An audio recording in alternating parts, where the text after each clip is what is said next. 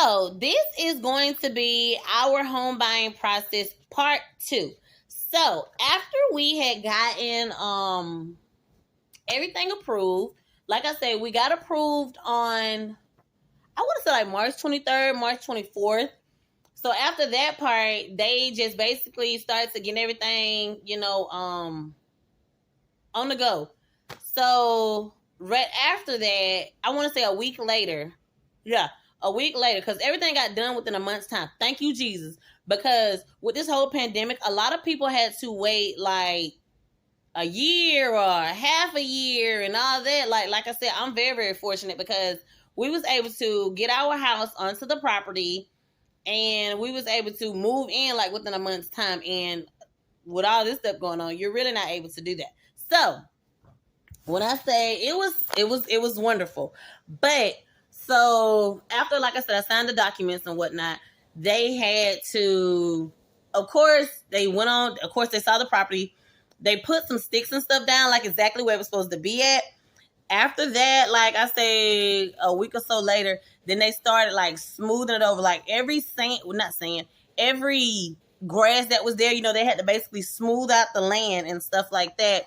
And that took like a week or so. But like I said, I didn't have to have a lot, because again, they had to knock down, I think, 5 trees.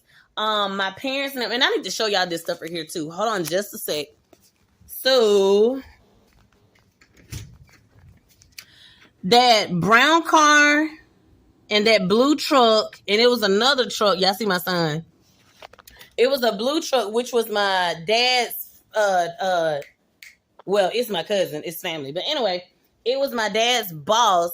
They had to move that.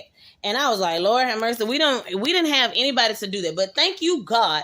My realtor had the proper tools and stuff like that, to get it done. So that was on out the way, because after they had finished smoothing out the land, because like I say, you're coming from grass to like you're just seeing a straight not foundation. You seeing a straight line as far as like basically smoothing the ground off to level the house, or to level the mobile home. And once they did that, like I said, that next following week, but see, the problem was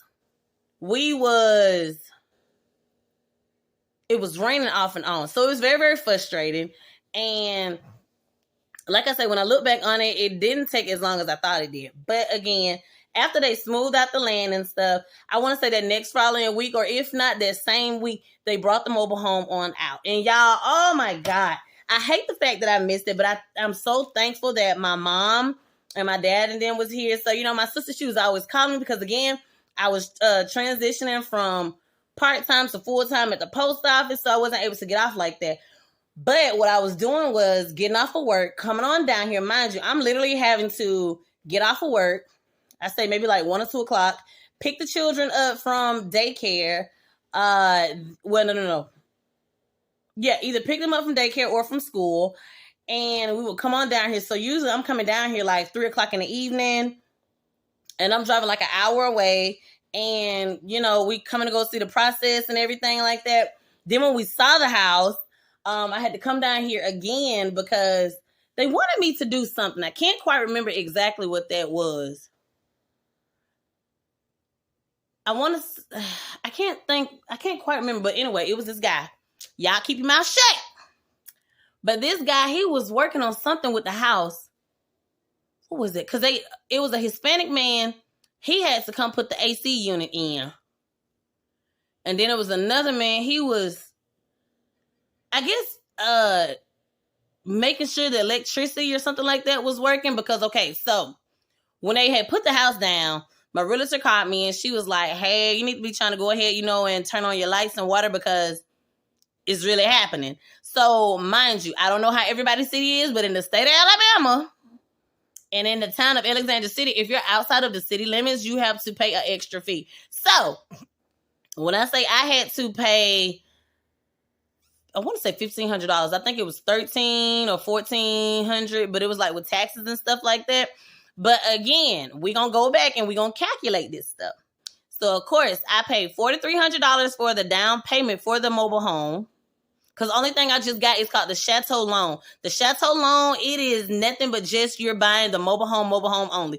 You can do the land home package, which it probably would be like a little bit more expensive depending on where you're going, because for one, your land is going to be the collateral for that mobile home, whereas I don't have anything as a collateral but just my credit. So, of course, yes, it's more expensive. Y'all, when I say I was down there looking, honey, I want to make sure you know I had all my dots and T's crossed and whatnot. And you can do a trade-in. Meaning, if you have like an older model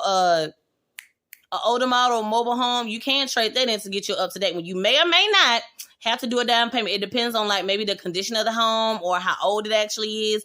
And whatever, hey, that you can use towards that down payment, I promise you it will help you, because you still have to come out of a lot more money depending on if you are coming from a situation like me. Like I said, I had to get that meter. Just the water meter, again, was like, I think it was between $13. I know for sure between $1,300 and $1,500. Then we had to get the light pole. Well, depending on how your city is, it's a electric company called Central Alabama Co-op, and we had to pay $500 for that pole. So right there, we are at $15,500. That's $2,000. We was at $6,300 right there. Mind you, again, I'm still coming back and forth because I'm trying to check on the process with the progress of the mobile home as well. Then we had another hiccup because, again, like I said, I don't really know a lot of people, around my age group that can help, as far as like with plumbing. And then we had to get a water line. Well, I'm not gonna lie to you, I'm 31. I did not know what the word a water line was, so I had to keep calling around and asking questions. And what I did not know is, I'm thinking when they put the water meter in, it's just the water meter. No, it's not. You got to have some pipes basically connected from the water meter all the way to the mobile home. It's just, you have to make sure you know all those terminologies and things of that such. And so, like I say, end up having to do the water line. And when I say y'all, that stuff can be expensive depending on where you stay at. Y'all, these people was going to charge us between $1,200 to $3,000. Thank you, Jesus, for favor on my life, honey. We only came out with $500 because my realtor ended up calling me. She was like, hey, did you ever find anybody, to do the water line? And I just told a lie. Because I was going to go with this other company and just pay them $1,500. But I just told a lie. And I said, no, I haven't. They said, well, look, okay, you give me $500 and we'll go ahead and take care of it. I said, and we'll. Because I had that. Like, I was going to have that in my paycheck. So that just worked out tremendously great. But then I ended up getting a call and they didn't have the loan. Okay, so we're going to go back. So after you sign your papers and whatnot, the loan wasn't still on to full approval because they was trying to get from the realtor, like, how much everything was. Like, when the mobile home was placed onto the land, like, you got to make sure you verify all that stuff. You got to verify, like, hey, the mobile home was placed on there. It's to your likings. Clayton Homes, they came on out. Like, if it was anything that I needed, they always, like, hey, we just phone call away. I really, truly appreciate that. And it was a vinyl that was missing on the mobile home, and when we had moved on in, I was like, hey, can you make sure you guys fix this? And they did it, without a hesitation. And you're not going to get that with everybody. Like I say, it was another mobile home place that I was going to do. I did not like him. I'm not going to say the name. But I did not like him because I am very, very big as far as like communication. And so I called the loan officer, to see basically like the status of it. And so the realtor that we had with this other mobile home company, he was like, well, you just don't worry about that. You let me take care of that. I said, oh, that's something you're not going to do. Because for one, you're playing with my money and you're playing with my credit. And that's something that we're going to have a problem. So once I saw that, and like I say, if you go back into the other video, you can see how we first did it. But that's when I was like, okay, with Clayton Homes, I'm not going to lie. I tried my credit. Well, we tried to do our credit. Run our credit through 3 different companies. So when you run your credit one time, baby, you better go ahead and run about 2-3 more times because you got 2 weeks. 2 weeks to get the best quote that you can get. And so when we did Clayton Homes, I ended up doing 21st Mortgage. When I say Clayton Homes, we did Vanderbilt, that's their main one that they're going to actually go to. Then we end up doing Cascade, which is the second one. And then I end up doing 21st Mortgage. But again, we end up getting approved by Cascade. And y'all, when I say I'm so fortunate, because with Cascade, you know, I really feel like they gave us a chance. And when I looked at the paperwork, y'all, my credit score, I looked at it. I know I worked on it. On Experian, it was like 608, 618, 620. But whenever they run your credit, of course, it's a hard credit check. But when I got the paper, you know, because you're going to see the documents and stuff like that, I need to be trying to go get that so y'all can see exactly how I look. But anyway, I think my credit score was like 578, 575, something like that. And to be honest, that's why I said, y'all, if your credit score is that much, baby, you probably is going to get approved. And like I say, only thing I didn't like about Vanderbilt is they wanted too much down.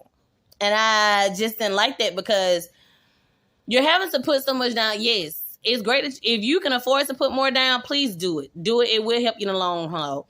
But at the same time, what you fail to realize is when you're putting a big down payment down, you're still having other things to take care of, whether, you know, that's your main bills, you know, having to get a light pole, doing a water meter, doing a water line, you know, getting a mailbox, getting your trash set up, getting your lights turned on. All of those other things is into the mix, and nobody tells you this stuff, but only thing everybody is wanting is money, money, money, money, money. So when I say you have to literally be wise with this stuff, and I want to say overall, we probably came out no more than like 10,000, you know, with everything that we had to take care of, because between, you know, using our paychecks and plus our savings, you know, we was very, very fortunate for that. Sorry. Okay. So let's get back on track.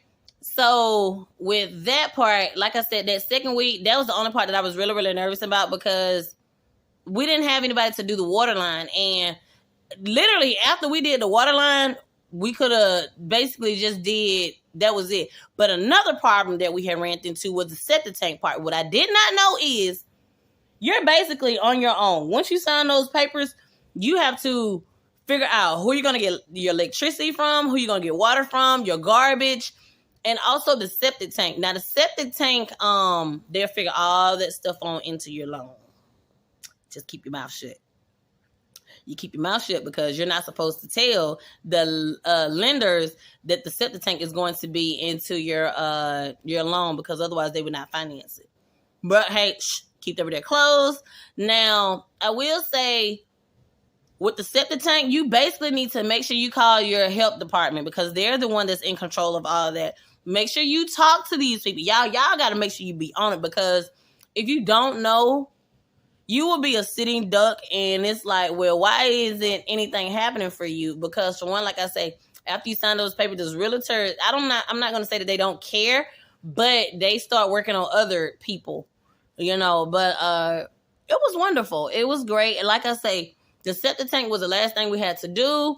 They started working on our septic tank like one late evening, because my dad, he was telling me and whatnot. Now, I will say we do have to still get some gravel. We've been here now for, I think, 3 months. 2 months. 2 months going on 3. We moved in like the end of April, early May. And it is now the middle of July. So we've been here for like 2.5 months. Y'all, when I say I love it, I'm so grateful. I love it.